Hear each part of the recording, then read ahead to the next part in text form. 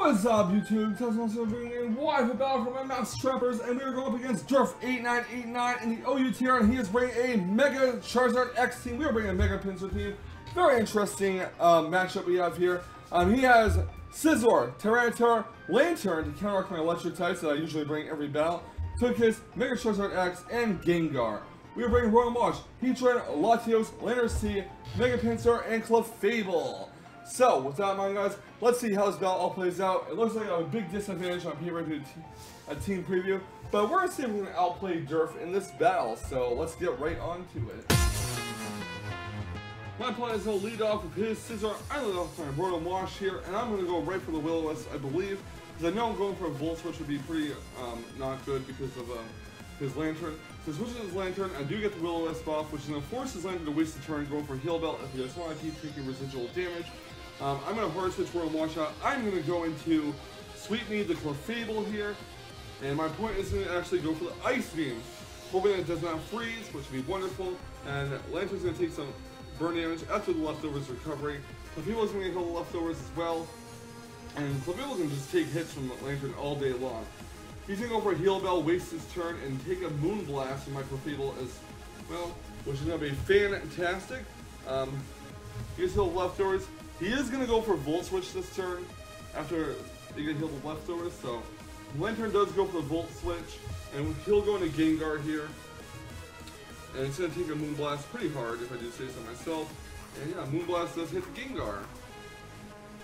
I do score a critical hit, and I'm going to switch my Clefable out and go into Heatran. He's going to predict that very well. Well, that's pretty much an obvious play though. And he's going to go for the Focus Blast. Heatran does avoid it. He goes to the Focus Blast the second time. It does hit. It does a lot of damage. Lowers my special defense, sadly. And he does take a Life Orb recoil. I do set up my rocks. So I do want to get the rocks up when the Charizard comes out. But I do know Scizor also carries Defox. I'm going to hard switch Heatran out. I'm going to go into Lander's T, expecting another Focus Blast.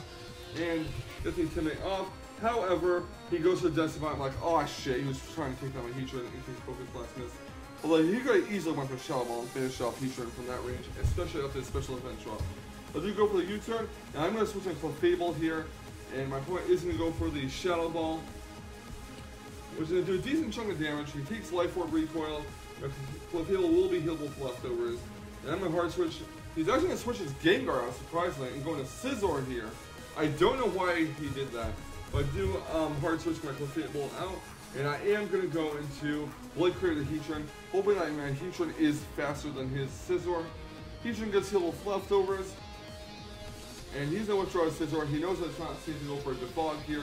He's going to go to Togekiss, as it takes Rocks damage, and my Lava Plume will hit the Togekiss fairly hard. Heatran gets healed with Leftovers. The thing about this Togekiss is it is designed to critical hit you. It has an item on that increases the chance of a critical hit. It does run stuff like Aura Spear and such, which is very intimidating. He's going to withdraw his Togekiss, and he's going to go into a Lantern here, expecting a Volt Switch as it takes Rocks damage. I do go for the Will-O-Wisp, predicting that. So once again, his Lantern is in the same scenario as it was in turn 1. Burn, and now he has to waste a Heal Bell. So in hard switch Royal March out, I'm going to go into Sweet Mead the Clefable. Hopefully he gets use this turn to get some HP back. But he does not go for Heal Bell this time. He hard switches out into Scizor. And I have to either take a Bullet Punch in the Scizor or switch out and risk him going for a Defog here.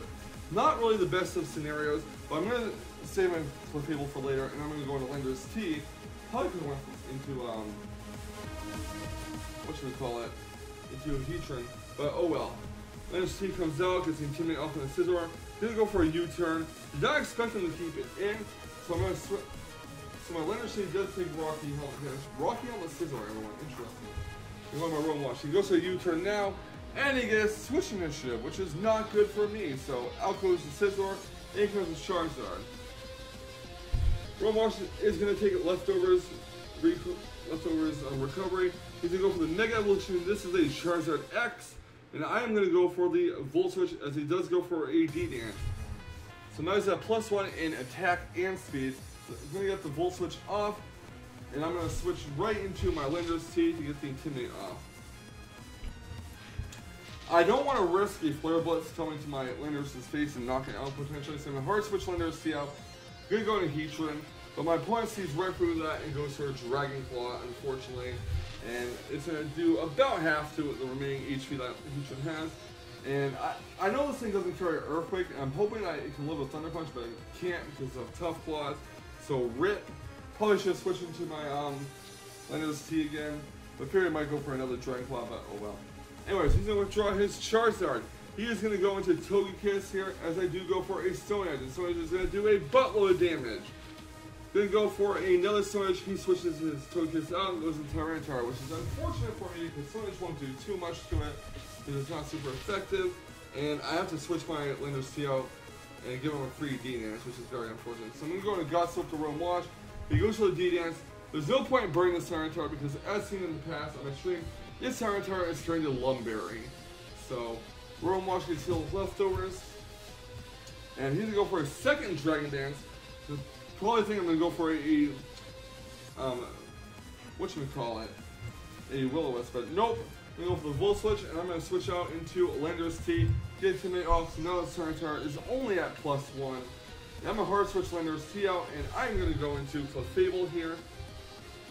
And my opponent does go for the Ice Fang, but when I leave Lander's T in there. So Clefable is going to get buffeted by the sand, it's going to get healed with leftovers. And I'm going to go for Moonblast, hoping that maybe I can kill Miss, but nope, Stone Edge will knock the Fable out, and that is RIP. So there goes my Lantern Wall there. He goes to the Stone Edge on my Rotom Wash, and I go for the Hydro Pump, and it does not miss. If it did miss, I would have lost, pretty much. Hydro Pump is going to knock out the Tyranitar, and Rotom's going to kill with leftovers. Next out comes Charizard. Going to go for the Volt Switch. He goes for Flare Blitz, and with Tough Claws, that is going to knock out even resistance, so RIP Rotom. His Charizard takes damage from recoil. Going to go into Latios here.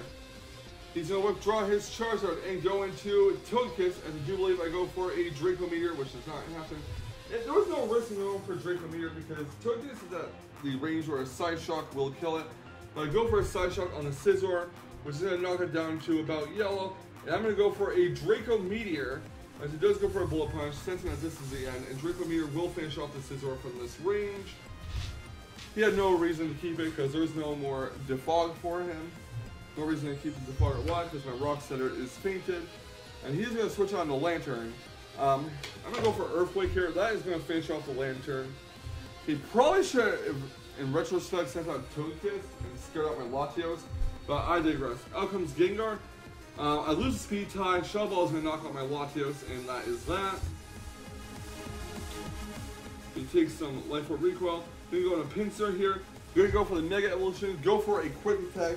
And because Mega Pinsir's ability changes Quick Attack to Flying type, it will hit Gengar, and that will knock it out. Which leaves just the Charizard X left. So out comes, well actually Togekiss too. So Togekiss is going to take a return. It's going to knock it out. And next up comes the Charizard X. And can Charizard X live a return from Mega Pinsir?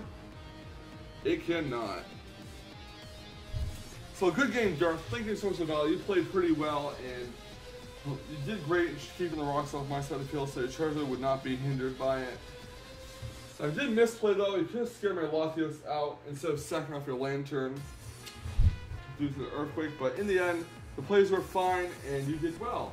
Leave a like, comment, subscribe to this channel. Let's see more fantastic Wi-Fi battle action, and I will catch you on the flip side. And remember, stay salty, Rage Quitters. Stay salty. Whoop whoop!